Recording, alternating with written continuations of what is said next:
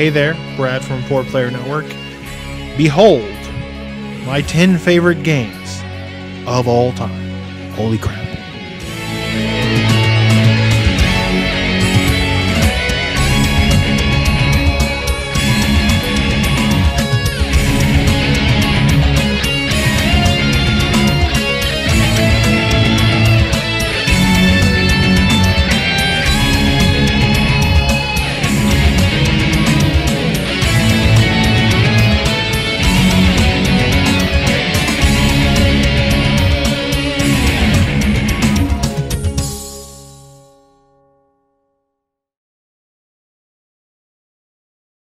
Hey, Crispy.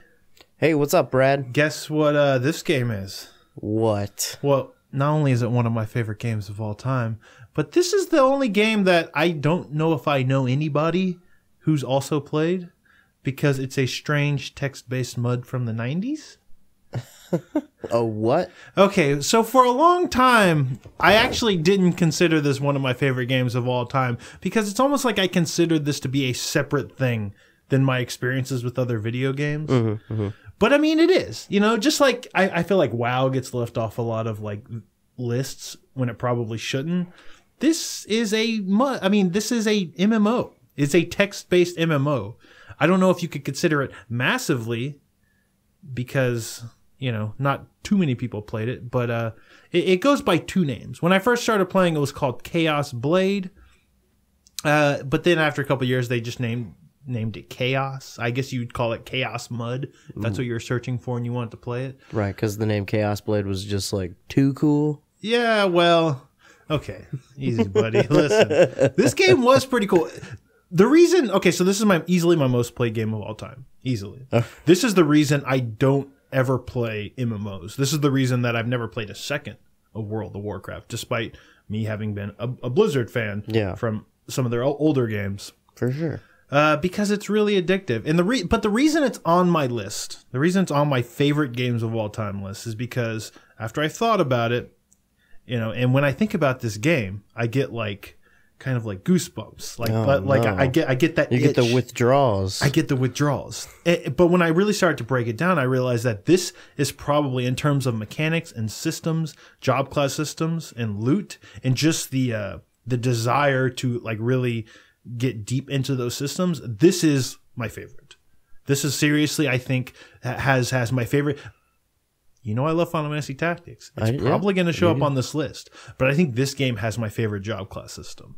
Really? Because not only are there like so many unique jobs, but maybe because this game is completely just text, you're able to do things that you can't do in a game that's limited by graphics and mechanics and like physics and like collision and stuff. And you could have like a shape changer class that would do insane shit that you couldn't get away with. You couldn't get away with in a game with graphics. Yeah, especially from the 90s, or especially also when you're like exploring an area and doing like crazy dungeons, and they can do really kind of outside the box stuff because you're like entering like objects and stuff, and it's all text. But have you ever played like a text-based adventure? I dabbled with them in the early 2000s in the high school era. Sure. I never stuck with one super hard because there is a huge barrier to entry. I feel like they're a little particular in how they work, and if you're new to the whole experience, it's really kind of overwhelming to jump in and see like, oh, what do all these symbols and numbers mean, and why is all this text flashing so here's by? the difference between that and like a text-based adventure game. That game, those games are like about the story that you have. You're reading everything because that is like the interesting part of it. Yeah. In this game, like an MMO, you don't really care about all that bullshit. You're not reading quest dialogue, you know, that the dude gives you. You care more about your character. You care more about the loot. You care more about how your character is versus like other people who are in the world or in your guild. It's a very social thing, and this was probably the one game that I really got invested in, that social aspect of, you know, I guess that makes a lot of MMOs popular. And yeah. That sense of community. That sense of community, and that weird sense of like, oh, these people are very like, exclusive, like clicks and shit. Yeah. It's kind of gross for that, but I think that kind of thriving in a world like that is what makes these games so successful. And I know it looks like a bunch of words, but there was something about this mud, and I had tried other muds, but this is the one I guess dedicated my time to. I feel like this one looks really good.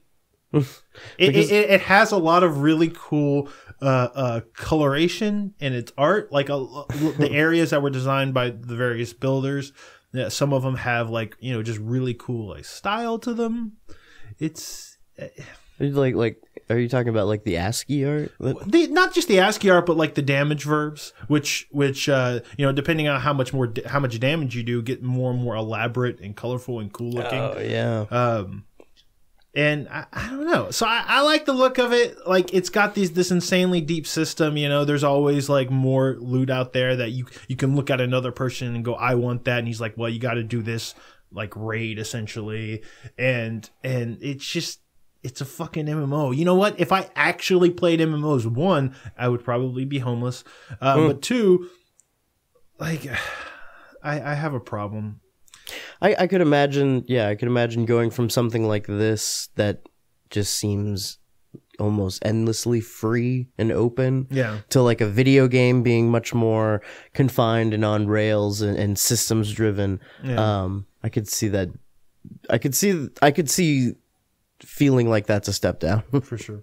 And it was just the mystery. Not only, you know, did I have to wrap my mind around the fact that there's no graphics in this game, because I did not grow up on like text adventures, but, you know, just when you start to fully understand how big this world is, when all you can see is like the text describing the room that you're in, when you start putting that together in your head, it just becomes kind of like magical. I don't know. I mean, yeah, this is like a true, like, kind of pure translation of like tabletop RPG into a digital space. Yes.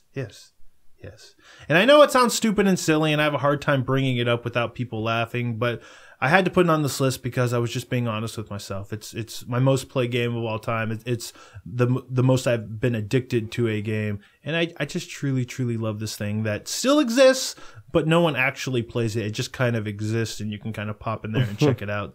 And maybe you should. Maybe I'll put the link in the details to this goddamn video. Anyways, let's bring it back. Let's revive Chaos Mod. I can't play it. A couple of years ago, I kind of like popped in like, hey, when the site was kind of like, you know, at its peak or whatever. And I was like, hey, some of you guys should try this with me. And like, people were like, ha, this is interesting. It's weird. And people kind of like moved on, but I was like still playing it. And I started to feel like I got to stop or this is going to get bad. Anyways, that's Chaos Mud. And it's really cool. All right, so I'm here today with Brad Simons. What's up, Carlos? There's something I got an itch I gotta ask you about. What's up? I'm a big fan of Tekken as well, but my big game is Tekken 3. I could not get into Tekken Tag. Why did you pick Tekken Tag? Because Tekken Tag is the one I played in arcades. And Tekken Tag is on my list because I used to take this very seriously. I'm a very competitive person, and one of the main reasons I don't play multiplayer games these days is not only because I like to feel productive by like knocking out single player games, but the real reality is I get kind of obsessed over these games. Like obsessed. I spend a lot of time like watching match videos, you know, talking to people about like, oh, what's the best move and stuff. Actually, I'm kind of noticing that's a trend with a lot of games I play.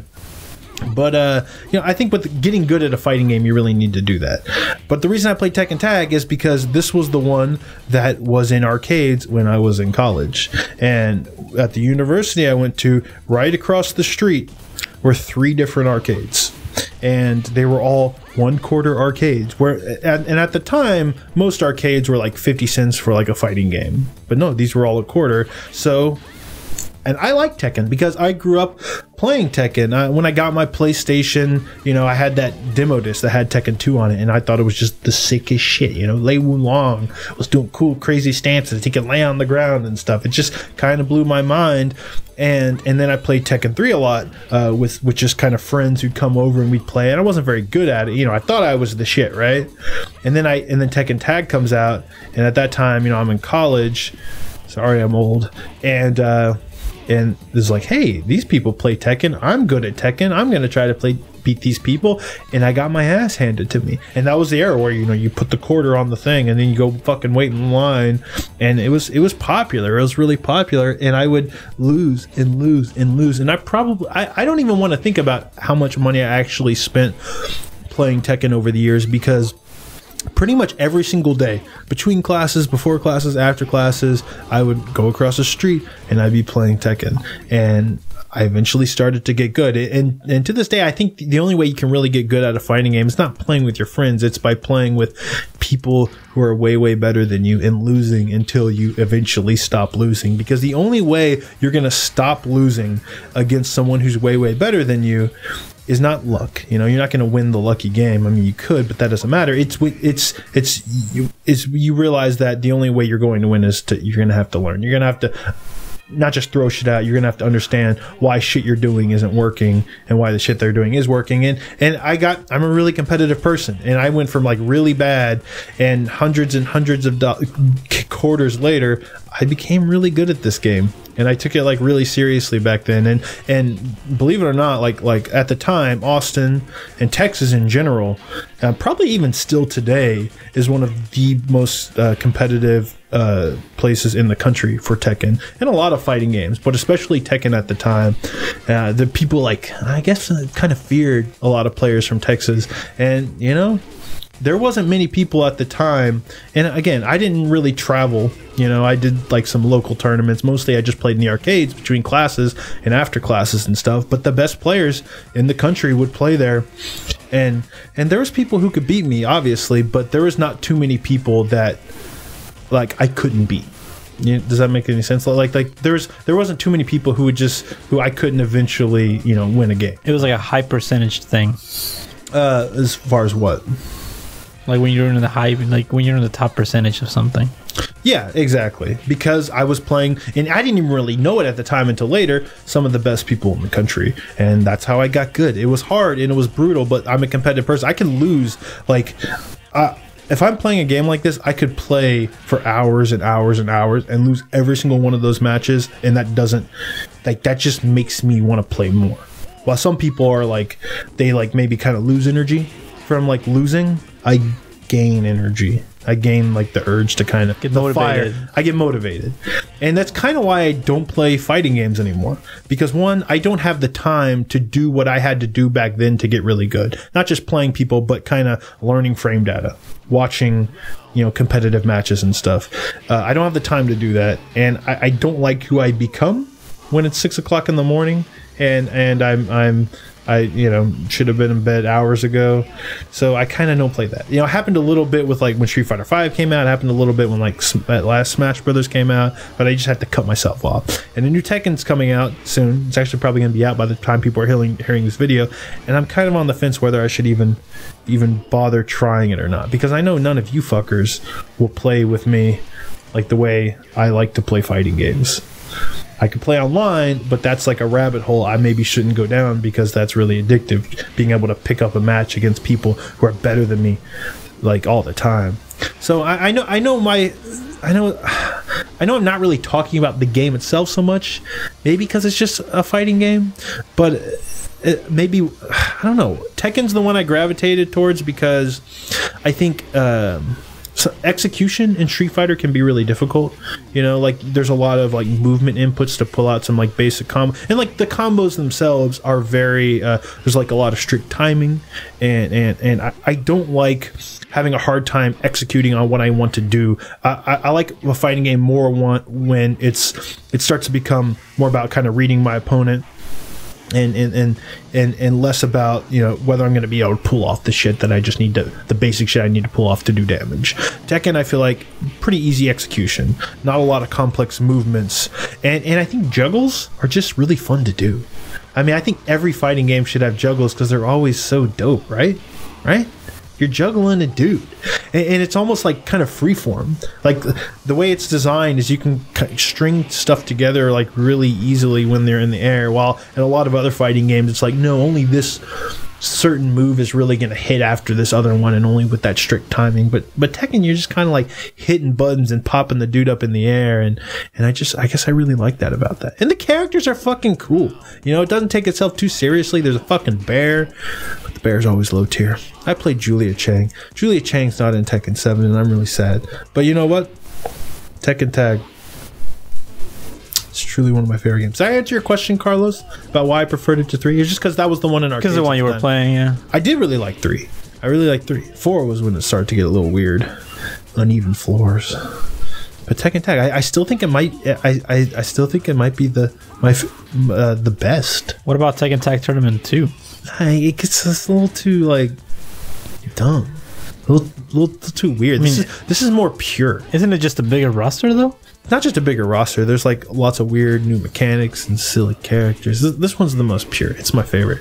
I'm excited for Tekken 7, but this is truly one of my favorite games of all time. Thanks for talking to me about it, Carlos. Sure. Next on my list, Carlos. Hey, what's up? Is Diablo 2. Diablo 2. This is like another game on my list. This was a game for a long time that I didn't want to put on this list because I kind of had this love-hate relationship with it. Where, you know, when it's 5 in the morning and you've been killing the same boss for 8 hours trying to get loot, you start to take it, you know, you start to act like the game is not good. Like the game is fucked and you're just playing it because it's addictive. You know what I mean? Yeah. But the truth is Diablo 2 is really good. It's a really good video game, I think. I'm pretty sure. I think it's one of my favorite games to, you know, I think it's probably got the best loot system of any game still, right? Probably. I mean, I think no one does loot like, granted, I've not played World of Warcraft. I don't know if it has the same type of, like, similar type of loot system, does it? I think it's similar. Where items have like suffixes and prefixes. Okay. And you can stock at gems and stuff. Okay.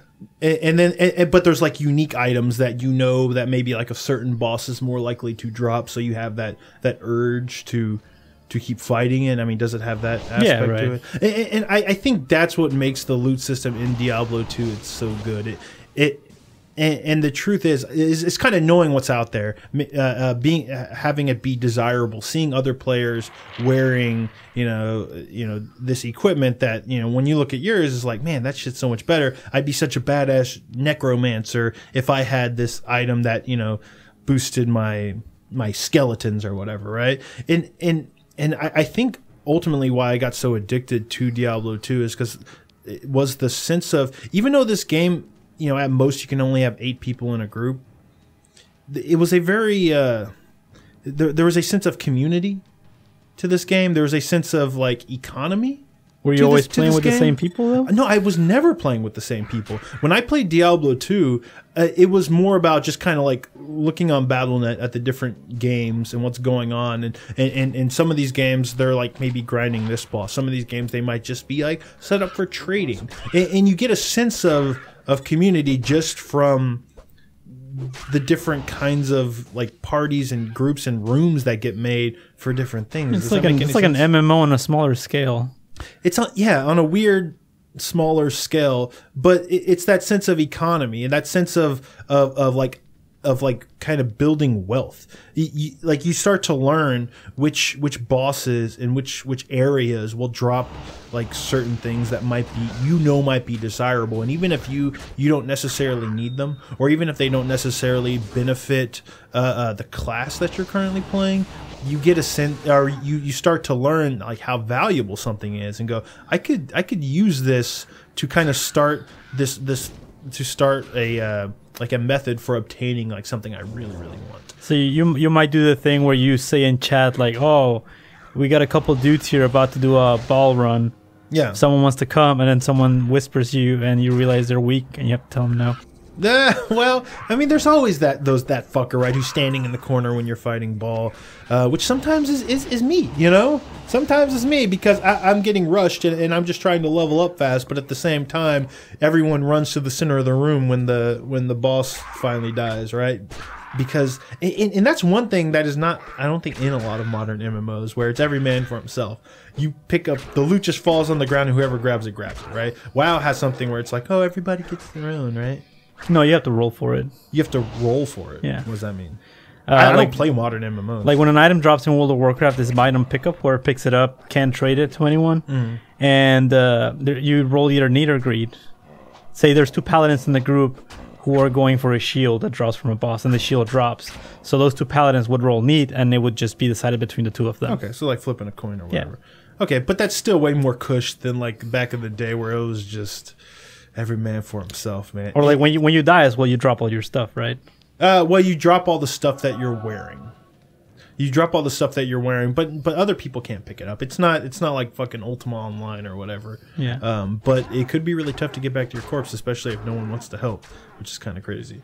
But I think one of the other reasons I really fell in love with Diablo II is because this was the game, which probably my second most played game of all time, where I spent a lot of time like researching builds.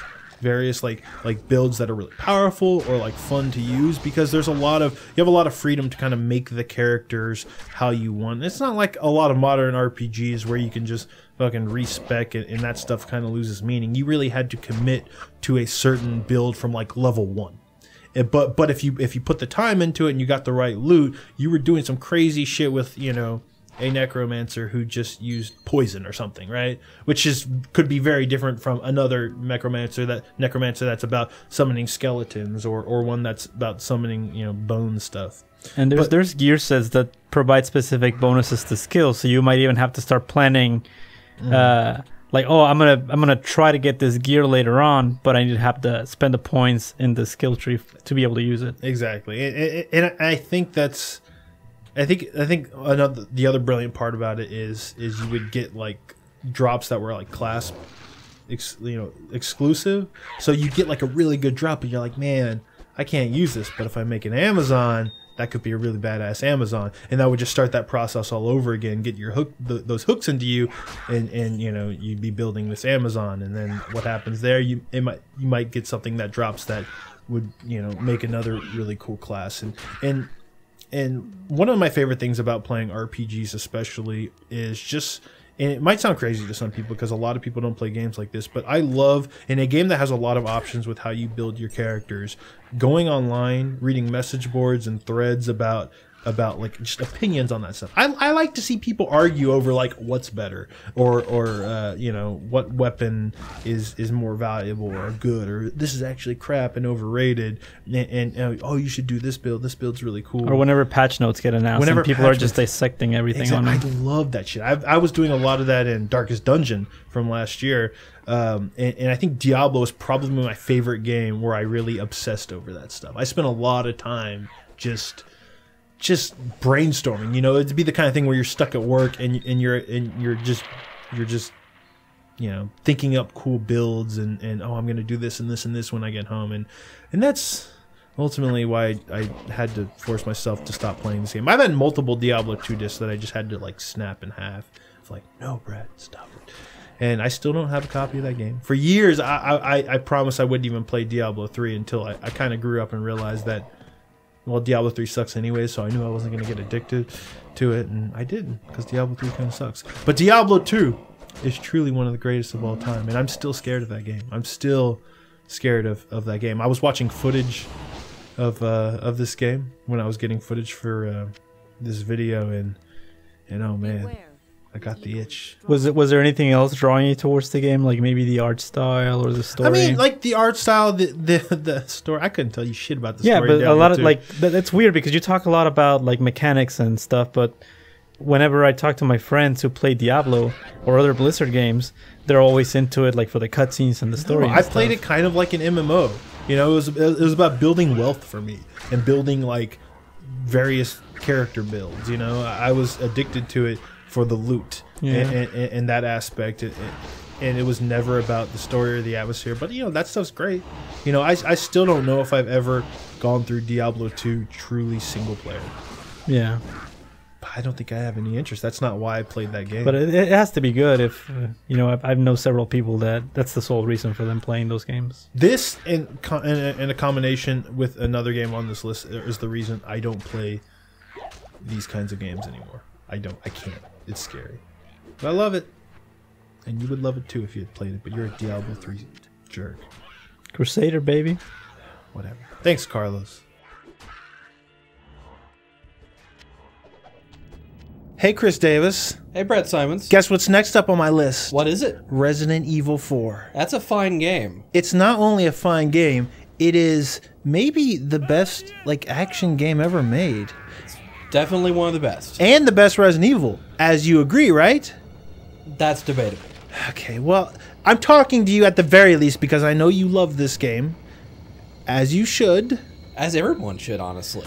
Because, oh man, do you know Resident Evil 4 is probably the last, this might sound crazy, but it was the last time that I played a game and was like, I am witnessing something special here.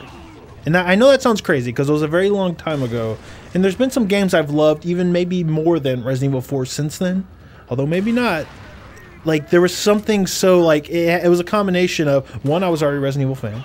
Two, it was probably the best looking game I had ever seen at the time. It was a remarkable departure for its time. Exactly. It was this huge step forward for the series. One that it desperately needed, and one that I never ever thought that they could have done something so goddamn amazing. It still kind of blows my mind to this day. Still the best. Still probably my favorite to play, even though it's been 10 plus years since then. But let me tell you about why I love it so much. Because I think it's the first Resident Evil game where I really, really started to get into the gameplay and the systems. And before in Resident Evil, you get a weapon, right? And it was cool and it was exciting, but it was oh, I have a Magnum now and I only have 3 ammo for it, and it's going to help me out in boss fights. But in Resident Evil 4, it was ooh, how am I going to level up this weapon? Or, ooh, should I use this pistol or this pistol? Because when I level them up all the way, they each do something dramatically different. And I think because of that, it was the most replayable.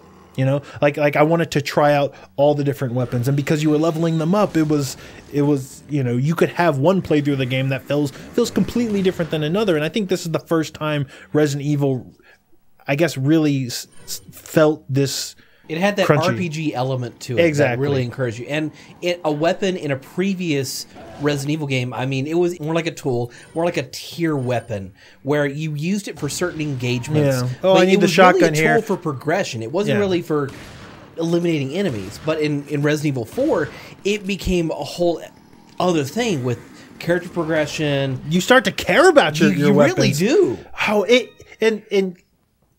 incredible level design. And I know this was less of a survival horror game and more of an action game, but each of the areas you went to, from the village to the fucking castle, just felt so different. Oh, I would argue that the first half of the game is entirely survival horror at times. Yeah, I mean, it was absolutely scary the first time you come across going into the village. Oh my God. In fact, I'd argue that this game is so filled with memorable set pieces that, from every half hour of this game, it feels like you're doing something completely different than what you were doing before. And it's one of the most perfectly paced games I've ever played. That, from beginning to end, it's just this crazy thrill ride. It probably, in that sense, the best of the series as well.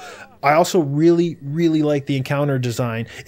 Some people think that it got a little too actiony, but I've always viewed Resident Evil 4's combat as just kind of a shift in the camera, there have been, Resident Evil, I mean, since the beginning, Resident Evil, you've always been kind of able to aim high or low, whether something's on the ground or you're going for a headshot or just aiming forward. Resident Evil 4 just sort of, added another access to that and sort of gave you more fine control and just put the camera behind Leon. You still had tank controls. It was this natural progression of the mechanics, but this refinement that, had a huge impact and influenced games like Gears of War and Dead Space. And man, this game's so good. It's great. But it's also really influential and still my favorite Resident Evil game. Let me wrap up by telling you this. Last time we did the top 10, I did not put Resident Evil 4 on this list. I had put Half-Life 2, which is a game I love, and it's not going to make my top 10 list. But the only reason I did that is because I didn't want to have too many Japanese games on this list. But god damn it, these are my favorite games of all times. And if a Japanese developer made Resident Evil 4, then god damn it ain't my fault, because it deserves to be on this list. And I love it just like you. Your favorite, right? Not my favorite, but definitely What's your one favorite? of the best. My favorite? Yes. Holy Remake. Okay. That is a close second for me, but it is not my favorite. Resident Evil 4 is one of my favorite games of all time.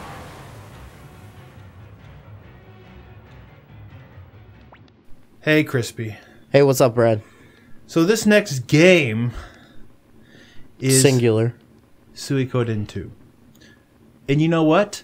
The overlay says Suikoden 2. Suikoden? Suikoden. But the truth is, I'm going to talk about Suikoden 1 and 2 because fuck you. Oh my god. You know, I did this list years and years ago, and I put Suikoden 1, 2, and 3 on there. It's cheating. As a single entry? As a single entry. Wow. And like Suikoden 3 is not even on the same system. It's like got major differences from the first two. That wasn't fair. But you know what? Suikoden 1 and 2 is fair because Suikoden 2 is the best game in the series. It's very much considered one of the greatest games of all time, and I'll tell you why. It's one of my favorite games of all time. Suikoden 1 is kind of like the prologue to that.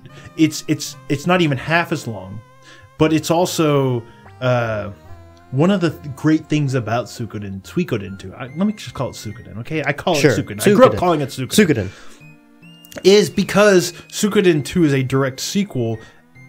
In a way, a lot of the characters from the first game are in the second game. And it's those kind of moments where they return in ways that you're not expecting that make for some of the more memorable moments of Suikoden 2, which is kind of why I put Suikoden 1 and 2 in kind of that same slot. Also because I feel like I have more nostalgia for the first Suikoden. Does that make any sense? Even though I think Suikoden 2 is the better game. So you think that the payoff in Suikoden 2 is only achieved by having played and loved the first Suikoden? No. I think someone can go into Suikoden 2 and still appreciate it as one of like the best JRPGs ever. Okay. Let me tell you why. Okay. I think Suikoden, this series, 1 and 2, do a really good job of making a story that's just about like friends and family and like local like politics and like war, but like that kind of affects the region you're in. And it doesn't get like really stupid with like teenagers saving the world from ultimate evils with long spiky hair. And you know what? I love Final Fantasy VII, which is sort of the poster child of the poster child for that. But the truth is, these are the ones I guess I really connect with. Like Suikoden 2, like it starts with like two like childhood friends who've grown up, and bad shit happens, and it kind of like follows how like they took two different paths during this like conflict. Is this a Delita and Ramza situation? Yeah, but it's a little less heavy than that. Even though like this is a game with some very like serious subject matter. Yeah. Like for real. But it's not as that game definitely gets into like demons and gods and stuff. Yeah. and this not as much. Yeah. But the other thing I really like about the Suikoden games, and you know, I did try to get you to start this series, and I know you appreciated to some extent, but you didn't quite get as far enough to the point where you got into the stuff that I really like about the series. I didn't really get past the first major hump. Yes, and that's in every Suikoden game. There's 108 stars of destiny that you can recruit to your party, and the way you go about recruiting these characters all over the world is very different. I mean, it's like some characters will only join if you've already have this character in your party, and some characters will only join if you maybe do like a side quest for them, or a strong man might be like, you're not strong enough, man. Come back when you're strong. When your stats are high. Yeah, exactly. You know, and it's the way you have. There's always a base. Like in Suikoden 1 and 2, you have a castle, right? And as you recruit these characters, and they're not just party members that can fight along with you, although many of them are, but they're your shopkeepers, they're your storekeepers, they inhabit your homestead, and as you get further and further in the game, like your home base just kind of comes to life. and it expands in some really, really cool ways visually as well. Like you'll see people hanging out in like different parts of the castle and stuff as it gets bigger, and it just feels very, very fucking alive. It makes getting those characters, you know, really desirable. Kind of like Pokemon. It's like Pokemon, but with like, you know, like a sophisticated, down-to-earth JRPG. More of like a social implication to catching them all. Yeah, for sure. And, you know, the game's got, you know, it's not, you know, if I were to do my favorite battle systems of all time, you're probably not going to see a Suikoden game on there. But it is like very snappy and responsive. And this is probably the first one where I've played where like all the characters kind of, like you issue their actions and they all kind of start doing shit at the same time. Yeah. You know, it's not like a taking turns thing. Right. It's, you know, not you'll see characters just kind of run out there one right after the other, but like also kind of one's moving while the other one's still out there like hitting his attack. And it just makes the battles feel like fast and dynamic. And it's not the deepest system, but it has like a really cool visual effect to it. Also, I really like the combination attacks. And this plays into like recruiting characters from around the world, because when you start to like see, oh, this character's only going to join me if I have this character, you realize there's something going on between those two characters. How do they pair up in battle? And you have so many options because you're recruiting so many characters. Like I remember in actually a lot of the Suikoden games, there's always like a smith, like a blacksmith who joins your party, and then there's another blacksmith who only join if he's in your party, and you can eventually recruit like a full party of blacksmiths, which not only do cool shit to your weapons back at your castle, but if you get them like all in the party, will do like some ultimate like badass blacksmith attack, and that's just very fucking cool. That's just very fucking cool. I love the music in these games. It's hard to describe, but it's kind of like JRPG like world music, since you go to all these like distinct regions that are like very different, you know, from another. You might have like an Asian, Eastern, like feudal Asian town, but then you might have, you know, kind of like a small European, little fishing village or you know, a European castle. You have music that is so different that kind of represents that world. Right. That's how they like kind of. That's how they kind of like. Differentiate between them. Yeah. And it's just, I don't know. I love it, man. I fucking love the music. You know, honestly, I think that first game is one of my favorite soundtracks of all time. And it's so damn good, man. So many great moments. And let me wrap up by saying that Suikoden 2, of which is only part of this entry, because this is Suikoden 1 and 2, damn it. Suikoden 1 and 2. You gotta play both. Okay. Is Luca Blight, who's like this crazy ass villain, who's just this insane man. He's not like a god. He's just this insanely strong dude who's kind of driven insane, because when he was younger, his like you know, bandits attacked his family and his father ran off and they like raped his mom in front of him, and he's just a crazy insane man who like throughout the course of the story is just like cutting down innocent people, like people you've befriended, and it's just really fucked up. And the confrontation where you actually take him down is like this planned ambush from your strategist, and it involves like you creating like 3 different parties and like all just attacking this one man. It ends with like kind of a one-on-one duel between you and the main character. And that's another cool thing about Suikoden, is it's not just that typical JRPG battle, but there's also like war style battles, which are different in every Suikoden game, which kind of like pull out to almost be something like an RTS kind of thing? like some of them are RTSs. I think in Suikoden 2 is almost like Final Fantasy Tactics, but with like parties of people on a grid-based thing. And then they have these one-on-one battles, which are kind of this rock, paper, scissors, and you kind of got to listen to their tales based on like what they say to try to figure out what they're going to do this next turn, because if you defend when they do a super attack, you get like a critical counter and stuff. And that confrontation with Luca Blight culminated in this like one-on-one battle against this like, you know, this guy that you've had to use 3 parties to like just whittle down. It's just so goddamn epic. He's such a cool villain. Anyways, play these games. Damn. Suikoden 1 and 2 truly are one of my favorite games of all time. Hey, Nolan. Guess what game is next on my list? What game is that, Brad? Hopefully a game that is on your list. At least a game from this series will probably be on your list. But for me, I'm going with the original Metal Gear Solid. No! Metal Gear Solid, the original, the OG. I love like this entire series. I'm not gonna lie, but this is probably the one that stuck with me the most. And maybe it was because it was the first one I played. But honestly, the series got a little crazy, and I feel like this one was the one that was most grounded. Okay, grounded is not the word, but like this shit was mind blowing back then. PlayStation games didn't do the kind of stuff this game was doing, and I know a lot of people love the story in this series, as I know you do. I do, yeah. We love the crazy bosses. Honestly, the reason I love the story is because it can be a vehicle for crazy boss fights and for crazy moments. But I think the reason I really fell in love with the series is because of the crazy mechanical depth. You could do things with Solid Snake that were like orders of magnitude deeper than anything that was going on in video games back then. I agree. And I think that's the case for like every Metal Gear Solid game when they came out. It was doing things like unlike any other games were doing. And in the original Metal Gear Solid, just the ability to kind of to one kind of stealth around, but sneak up on a guy and grab them and choke them out and kind of like I remember the first time I snuck up and grabbed a guy and like kind of dragged him behind something so another guy couldn't see me. Like my mind was fucking blown. You have that classic when you grab him. Yeah, and you try not to kill him, but you're like, fuck it, I snapped his neck. Yeah. It's just that was incredible. That was, I mean, I can't. Action games back then were like you could, run and slash at things, and maybe.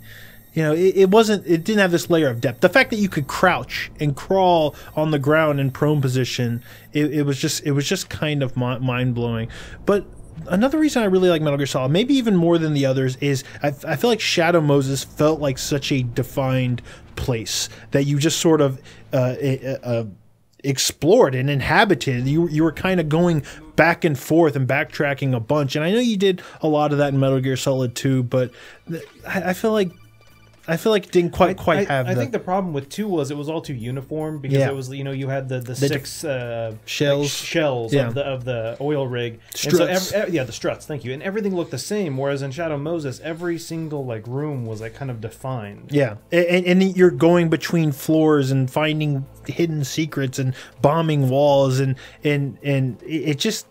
Honestly, back then I had never played a game with that level of gameplay depth. That was, in a real-time action game. I mean, granted, I played RPGs that were very deep back then, but this was the first one that it was almost Zelda-like, the way you had to kind of figure out bosses. You had this insane like arsenal of weapons and tools and gadgets, and just the way that those various gadgets would interact with the environment, with enemies. The first time I shot like the Nikita missile launcher, and it was like you're steering in first person, I was like, oh my god. Yeah.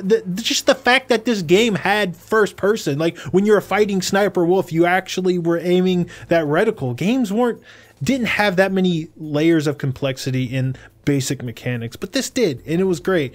But I also love the story and the characters. This had voice acting that was like better than anything at the time. I think the only close was like the Legacy of Kain series. Mm-hmm. But outside of that, games either didn't have voice acting or it was fucking terrible. But this was like a movie, and it was cinematic, and these cutscenes where like the camera was moving around like you saw only in movies, but it did it with in-engine assets. Final Fantasy was doing like cutscenes and stuff, but they were kind of pre-rendered cinematics. This shit was all in-engine, and I feel like that made you even more attached to the characters in some ways. And I was gonna say, adding to the cinematic notes of the game, the music as well. Oh, that God. iconic music of Shadow Moses. Incredible. Yeah. And I know people love the I guess the music in the entire series, but starting with 2, it almost started to sound more like a movie score. I love kind of the distinct music that I think maybe only Metal Gear Solid 1 has. It might not be my favorite soundtrack in the series, but I do love how kind of distinct it sounds and different from the others. But it's just, I was thinking about this game earlier today because I knew we were going to talk about it, and just it really is this ultimate game that I can't believe, it had such deep gameplay, had this crazy deep story with amazing like writing and voice acting and these cinematic qualities, and it was done on the PS1. I feel like a lot of PS1 games, they might have done like 1 or 2 things really well, but like it was early 3D, and that shit was rough around the edges. And maybe controlling Snake back then was kind of hard and tricky at first, but it didn't play like anything else. And no game in the series plays like anything else out there, and I feel like that's what makes them memorable. And the boss fights. Fucking Psycho Mantis. I don't think anybody walked into the Psycho Mantis fight and just kind of knew what was going on. And then all of a sudden your video goes black and you're like, what? Yeah, I bet you play Castlevania. I fucking do. Yeah. I fucking did. And it blew my goddamn mind. That was the first time we realized Hideo Kojima is a brilliant but crazy person that loves to break the fourth wall. And goddamn it, I gotta stop. Because I could talk about Metal Gear Solid all day. And you know what? I'm purposely not numbering these, Nolan, because I feel like as I talk through these, I'm really going to start to understand how I should order these. Yeah. And me talking about it right here, right now, I think it's going to be higher on my list than I originally thought. That's good. God damn it, I love Metal Gear Solid. Me too. You've never shot a person, am I right? You talk too much. Next game on my list, Nick. Yes. Is Final Fantasy VI. Oh, man. You like Final Fantasy games, right? Yes. But you've never played this one. I haven't. Well, no, I haven't. Let me tell you why this is not only the best Final Fantasy game. Actually, I don't know if I'm ready to... I can't really compare them here, but I will tell you why it's my favorite RPG of all time. Ooh, I did not even know it was your favorite RPG of all time. Well, please continue. One Later is kind of a hybrid RPG and something else, but I don't want to spoil it. Final Fantasy VI. Where do I start? It's just... This is probably the first game I played when I was younger that made me really care about like characters in games, story in games. I mean, this was a Super Nintendo game, and games really weren't doing that back then. I mean, the only games that were doing them were RPGs, and Final Fantasy VI was probably the first one I had played that really kind of nailed that. Yeah, see, that's kind of what Final Fantasy VII was for me. Which, yeah, absolutely. I mean, that goes for a lot of people. I feel like the Final Fantasy games before that were cool, and I did like them. I played 4 before that, and you know, I have fond memories of watching my brothers play these games too, and that's kind of how I discovered them. Like, oh, I want to try these. There's stories here, you know. Yeah. And I had played games, but I had never seen these stories. And Final Fantasy 4, it wasn't quite as in depth. You know, it was still more of a mechanics driven, you know, standard. You know, you go to the town, talk to the people, go to the dungeon, fight the boss. Final Fantasy VI was like the first RPG that had moments, like character moments, set piece moments. You do some like crazy shit in this game that I guess are the kinds of things that sort of defined Final Fantasy going forward, like those memorable moments. It was more than just towns and dungeons and boss battles, you know what I mean? Like there was the opera scene, which was like, you know, this emotional scene where you interact in this play and you're like choosing lines, but there's like this subtext, and you realize that this character that is, you know, playing in this opera is actually, you know, saying these lines, but there's sort of like this read between the lines stuff going on, and it's actually kind of about her relationship that's currently growing with another character in your party, and it's like, boof. There's a whole a whole level of games didn't do that, you know, and there's all these like huge cast of characters, probably the biggest cast of any Final Fantasy game, honestly, and it was like not the deepest, I guess, I mean, compared to like stuff now, but there was a lot of like secret like backstory and that you'd find by like taking certain combinations of characters to like towns that were in the world that you knew were maybe a part of their background, and that would unlock, you know, like flashbacks and stuff, and there's some like really dark like emotional stuff about these characters, and if there's any like modern analog to that sort of character development, which may be a little deeper now, it'd be like BioWare games and like doing their loyalty missions, and I felt like that's the kind of stuff that made Final Fantasy VI characters really great. A lot of what you just described sounds to me like in Final Fantasy VII, not to compare it again, but taking like Vincent, which was a side character in a lot of scenes, like back to his hometown and finding out more about his background, which you didn't have to do. That was like, that kind of stuff is in Final Fantasy VI. There's a character named Shadow who's this dark, mysterious character who kind of shows up when you most need him, but then just kind of leaves, and you're like, no, I want this guy forever. And then you find out later through like cutscenes that would happen in certain towns when you sleep in the inn, he'll have these dreams that would like piece together his past. Oh, that's cool. Yeah, it's fucking cool. And the game has like maybe the greatest villain of any Final Fantasy game. It's basically Kefka, who's basically the Joker, who's this kind of goofy character that no one takes seriously at first, but then you realize, oh, he wants to destroy the world and become a god. And you know what, Nick? This is the only spoiler I'm going to tell you here. Like, halfway through that game, he succeeds. Oh shit! And the back half of the game is like the world destroyed, and you're picking up the pieces, like roaming this world, trying to find your old party members. See, that sounds to me like Ocarina of Time, like how you split down the middle, and then like the second half of that is like kind of post. Ocarina of Time, but way deeper and way more story and character development. You're drawing these comparisons to other games that I already love, which is and there's just lots of cool adult moments of like dark. I mean, there's a character again. Spoil. There's a character who tries to kill herself. Oh shit. There's a failed suicide attempt in Final Fantasy VI because, again, the world ended, her friend just died, and she's like, no. I'm so, enough spoiling this game. It is an RPG filled with moments and character development that I had never seen before. It was probably the game that got me serious about video games, like Final Fantasy VII did for a lot of people, and that is why it is one of my very favorite games of all time. Yeah. Oh, and the music is incredible. Oh, maybe as many of your absolutely incredible are incredible.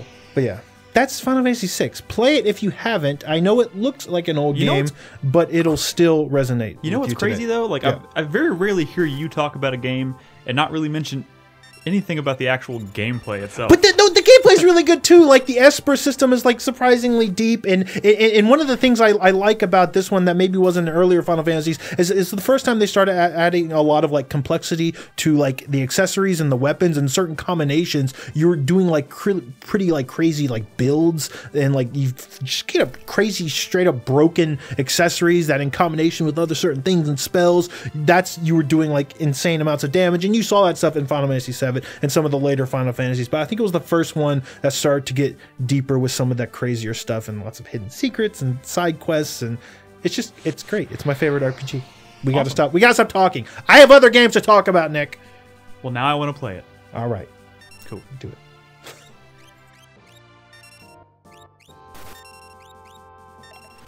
Okay, next on my list, Nolan, is Castlevania Symphony of the Night. Another game that I know you also very much appreciate. I do, and you're the one that got me to play that game. Really? Yeah. When I think what was the PSP game that you could unlock? Yeah. Dracula X Chronicles. X Chronicles, and so I bought X Chronicles, unlocked Symphony of the Night on my PSP, and that's all I played. I never played X Chronicles. Oh wow! I'm glad. I guess I kind of have a history of convincing people to play this game because, god damn it, it's one of the greatest games of all time. It's pretty good. Oh man, so Castlevania, this is a weird series because it started out on the NES as these balls hard, very linear action games with that kind of controlled like nothing else. They were kind of slower paced and you know, punishing with like platforming that would cause you to instantly die. This was the one that kind of turned it not only into a Metroid game, which you know I love Metroid, but also into a role-playing game with like a crazy amount of loot and like skill systems and familiars. God damn it, familiars! Oh, man, those are good. It's not only was it not only did you have RPG elements that determined your own character growth, but your little familiars that would float around, they would level up and gain abilities, and they were all very fucking different. And oh my god, I'm already gushing about this game. Symphony of the Night. God damn it. Let me tell you this, Nolan. This was my goddamn Dark Souls. And you might not think back on Symphony of the Night if you hadn't played it recently as something very similar to Dark Souls, but there's a surprising amount of like hidden mechanics and secrets and like entire areas that some people don't even find in this game. The whole subsystem of the shield, what was the sword shield? What was that one? The shield rod. Shield rod. Yeah. There's the whole concept of that I played almost that entire game, and towards the end of it, someone was like, "Oh, have you found the shield rod?" And I was like, "What are you talking about?" Yeah, it's a rod where in combination with every single different shield in the game would do a different special ability, and they would like be pretty dramatically different, from buffs to crazy screen clearing attacks to the overpowered bullshit with the Alucard shield. Yeah. But man, like so much depth. This was a game that you could probably beat in like 10 hours, or you can play it for like 40 or 50 hours because there was a rarity to like super secret, ultra powerful weapons that, you know, hey, You got the Heaven Sword, try getting 2, because if you get 2, it does even something even crazier. But it probably is going to take you like 8 hours to get even 1. But goddamn it, I did it, because that game was fucking addictive. And you know, now that I think about it, now that I mentioned Dark Souls, I feel like even though the construction, while it's 2D, and while my brother always called it an ant farm game, it's the way it's constructed actually reminds me a lot of Dark Souls, where the areas would kind of like feed back into each other, and you would find shortcuts and stuff that would help you, you know, navigate it a little quicker, because you know, your save points were spread out across the castle. I've always kind of seen Dark Souls as a more modern 3D Metroid in that style, where you're kind of like, it's the same thing. I definitely think Dark Souls got some inspiration from Symphony of the Night or that style. Yeah, for sure. But man, like, just the way it controlled, how fluid it was, the fact that Konami had the balls to put out a sprite-based game back when everything then was like early 3D, and that was even when Sony was kind of like frowning upon developers who weren't doing 3D games. And I think there was a lot of this game had a lot of proving to do as this 2D game when in a world of 3D, and god damn it, like it did it. You weren't even thinking about it being a 2D game, because in its systems, in the way it played, it felt better than anything else out there, damn it. And the fucking soundtrack. This is one of my very favorite soundtracks of all time. And I don't typically like kind of, you know, like rousing like metal themes in games. You know, a lot of RPGs have that stuff, and I just kind of like roll my eyes. I'm more of a uematsu kind of guy, like nice melodies and stuff. But Symphony of the Night, something about some of the music in the game gets me so fucking pumped. Oh my god. And you know what? This is the one that made me a fan of Castlevania, and I've played every single Castlevania game since Symphony of the Night. There's a lot of I've only ever, as far as like pre-Castlevania, I beat Dracula X. I beat Rondo of Blood, and I beat the original Castlevania. But the other ones, man, fuck those. They're games. hard to go back to. Like you were saying earlier, they are not easy. It's you know, it's disheartening when you you missed time a jump, and it's just like, nope, you're dead. Yeah. And people love the way those controls, but like, because it's like, it's punishing and it's slow and it's hard and the platforming. But man, controlling Alucard's a dream. The fucking transformations, and then you get upgrades for those transformations, which are hidden secrets. You know, a lot of them people don't even necessarily get. And the biggest secret of all, damn it, Nolan, the fact that like a lot of people could play this game. You know, I recently got Jack to play through Symphony of the Night for the first time, and he played it like years ago, and I convinced him, and he was like, yeah, it was good. And he got just the first ending, and just played through the first castle, and it wasn't until later that he went back and was like, oh, there's a lot more to this. Halfway through the game. Yeah, it's like maybe not even halfway through the game. But man, and I will agree that the first time, you know, I heard that there was like, more to it. Just, you know, do this, and all of a sudden there's more. And I was like, what? And the fact that the castle, you know, flips upside down essentially, and you get to do it sounds crazy. Thing. Yeah, no, it is. It's insane that you know, you could quote, you know, beat the game.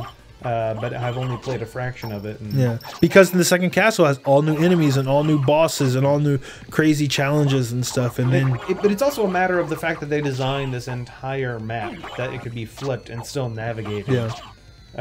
You know, I guess depending on your abilities. Yeah, because by that time you can like turn into the bad mist and stuff. But it's really fucking cool. And by the end of that game, you could become such a goddamn overpowered god. And just that arc of like starting that game out. I remember when I got Crispy to play this game for the first time, he was really struggling. Like, it was really hard. Like, he was trying to climb like the fucking staircase. With the skull guys? Yeah. With the skull guys and the spiky balls. And he was like, man, this game is balls hard. And I look back and think, I was like, no, this game's not hard. But that's just because I'm remembering like late game where you become a goddamn god. And by you know, I think my record for killing Dracula was like 6 seconds, because you could become so powerful. But if you're not that powerful, you know, that boss could take like fucking 10 minutes. It's crazy. God damn it, I love Symphony of the Night. It makes me want to play it. This is one of my most replayed games of all time, because I feel like it's so easy to hop back into, and when you do, it's so goddamn addictive. I love Symphony of the Night. It's a pretty good game. You know what? If I could put multiple Castlevania games on this list, I'd probably also put like Ariosar or Donazar, but I'm not doing it. I'm not doing that, damn it. That's how much I love Castlevania, but I can't do it. I gotta be fair. And Symphony of the Night, that's my #1 Castlevania game, and it absolutely is one of my favorite games of all time. I hope it's on your list, Noel. I know it's probably not, but it should be. Hey, Nick. Yes. Guess what is not my favorite game of all time? The Legend of Zelda: Ocarina of Time. Well, definitely not that. The Legend of Zelda: Link to the Past used to be my favorite game of all time. It swapped at one point, and the game that is currently my favorite game of all time used to be on that list, but I'll talk about why they swapped when I talk about my favorite game of all time. Sorry if that sounded confusing. I think I'm on board. The Legend of Zelda: Link to the Past is my very favorite Zelda game, and it is the Zelda game that sort of made me fall in love with that series. Kind of like Final Fantasy VI. I have played this game, by the way. Yeah, you did play that, didn't you? I feel so bad because this is one of my very favorite games, and I forced you to play it for the first time in one sitting, and you didn't even really play a lot of older games. It was a bad scene, and I feel bad. I did enjoy it. Well, no, I have very fond memories of this game. Yeah, but I feel like you kind of like mildly enjoyed it when, well, maybe that's not true. That's up for debate. The reason I love this game, the reason it's my favorite Zelda game, it not only is because it's the first one I really connected with. I did play a lot of the original Zelda, actually. When I was younger, I would go over to my friend's house and kind of...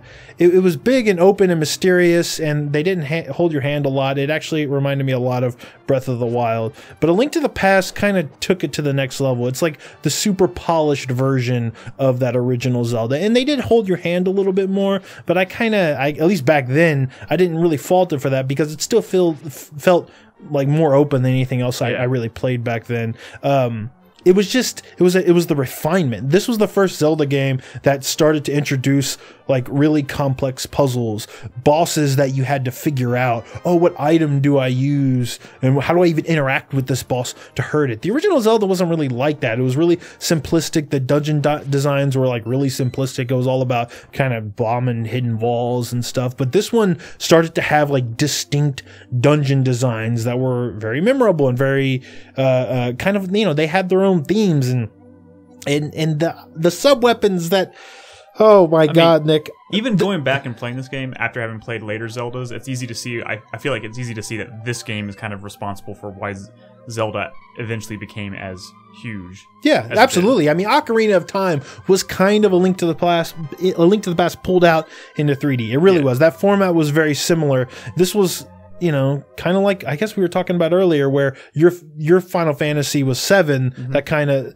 made you love that series. We're just one generation apart. Yeah, exactly. Which, I'm older than you. But yeah, your Zelda game was Ocarina of Time. Mine was A Link to the Past. But it was all about kind of the secrets and the mystery of the world and going back between the light world and the dark world and finding out how that would unlock secrets too. I hadn't really played games back then that were so complex in terms of world design, with the exception of like Super Metroid.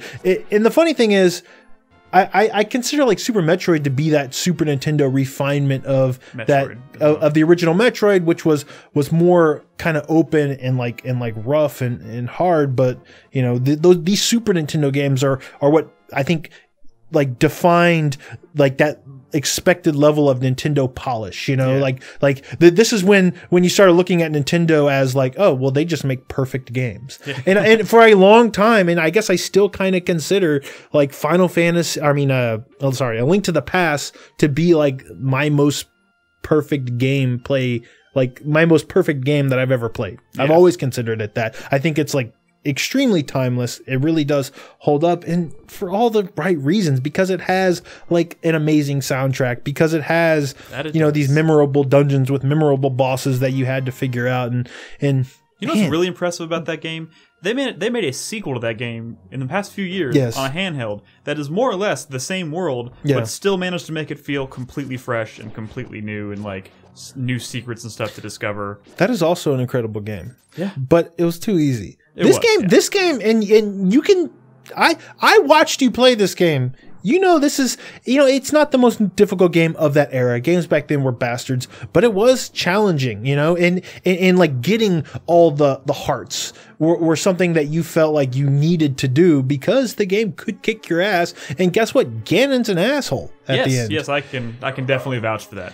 So, I mean, the reasons I love this game are the reasons I love the Zelda series. This was just the one that made me love it, and I feel like it might be the best one. It might be the most polished one. I know that sounds crazy but when it moved into 3D, it started to get a little rough and awkward Like, it's like Link to the Past didn't have camera issues and, strange. I mean, that makes sense. Yeah.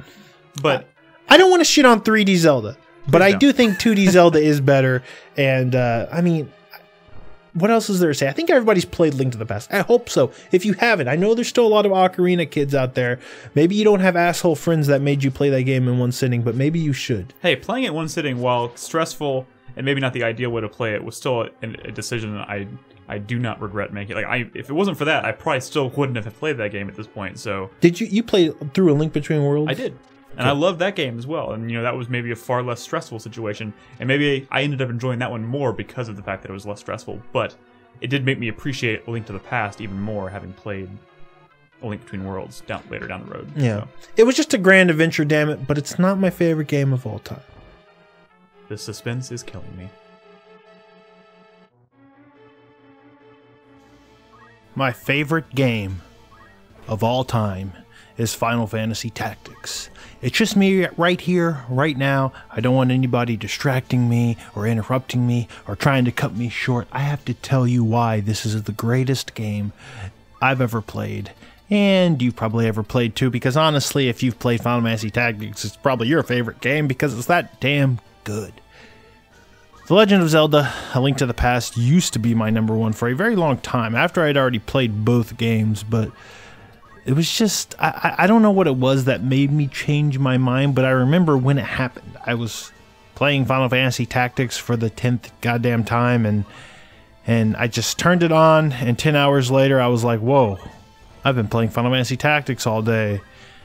And that's when I realized that it really, truly is my favorite game. I do think Link to the Past is the most perfect game I've played, of my favorites. But I think Final Fantasy Tactics is flawed. But that's when I realized that I didn't care about the flaws. I just loved it so goddamn much. And let me tell you why. It's the ultimate.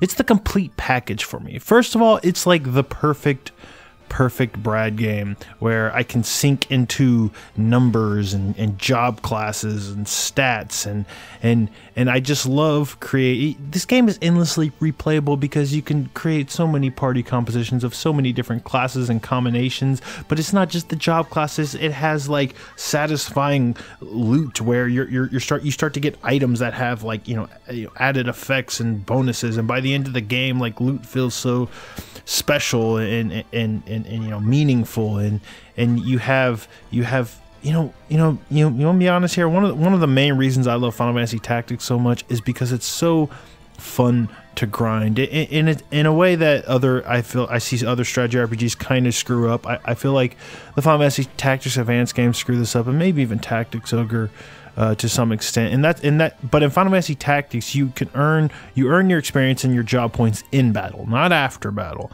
which means every action you do, you get a little bit of points to level up your job. And what makes this so effective is despite whatever you're supposed to do in any given battle, you set all these goals and objectives before before you even finish that battle. And it's almost like a meta way of playing the game where you just corner a guy, keeping him alive because you're doing all these things, you're healing and attacking and throwing rocks or whatever, just to make sure that before I leave this battle, this character, he's going to be able to level up to Thief, and he's going to have enough points to get Move +2, and this character is going to be, ready to, be turned into a summoner, and he's going to have this many points to do this, and just kind of creating that checklist and hitting all of those things is so goddamn satisfying. It really is the best grinding I think I've ever experienced in a game.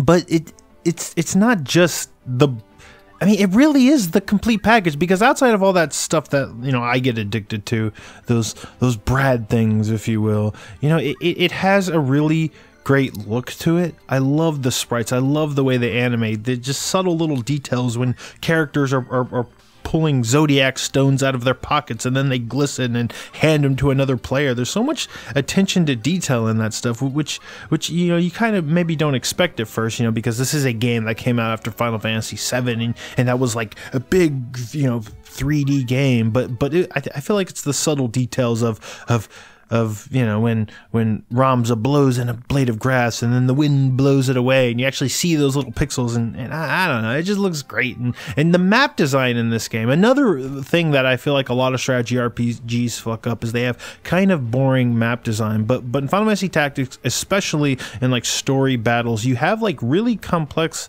like map geometry where you're, you know, on multiple levels and doing cool shit. It's really good. And then, you know, outside of gameplay, you know, gameplay is always first for me, but then I take a step back and I look at the story and the writing and the world, and all that's exceptional. All that's like some of the best stuff Yasumi Matsuno has ever done.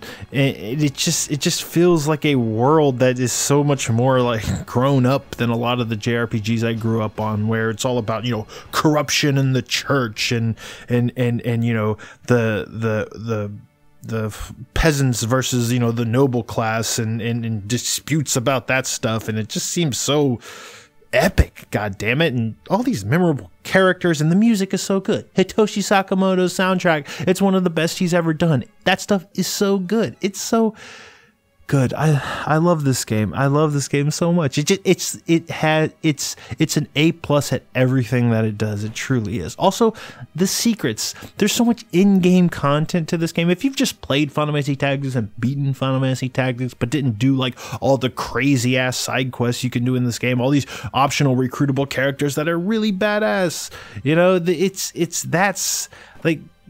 the true magic of this game. If you've gone through the deep, not just gone through the deep dungeon, but learned which every single secret item that's on every single floor, and how all those items are so amazing and powerful, and nothing you can get from like shops and stuff. And oh my god, Orlando's so powerful.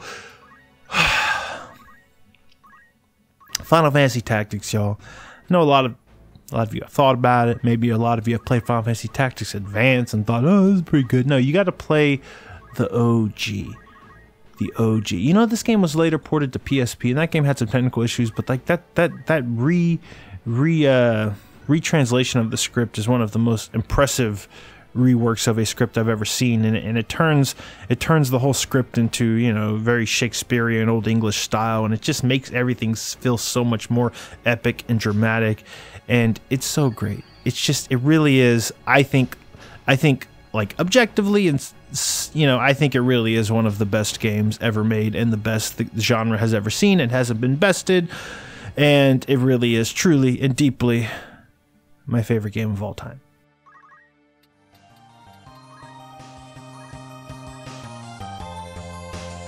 Well, there you have it. In my very, very long history with video games, those are my 10 favorites. Can you believe there was no Metroid? Anyways, thanks for watching, and thanks to all the other guys who helped me with the recording. Expect more of these in the near future.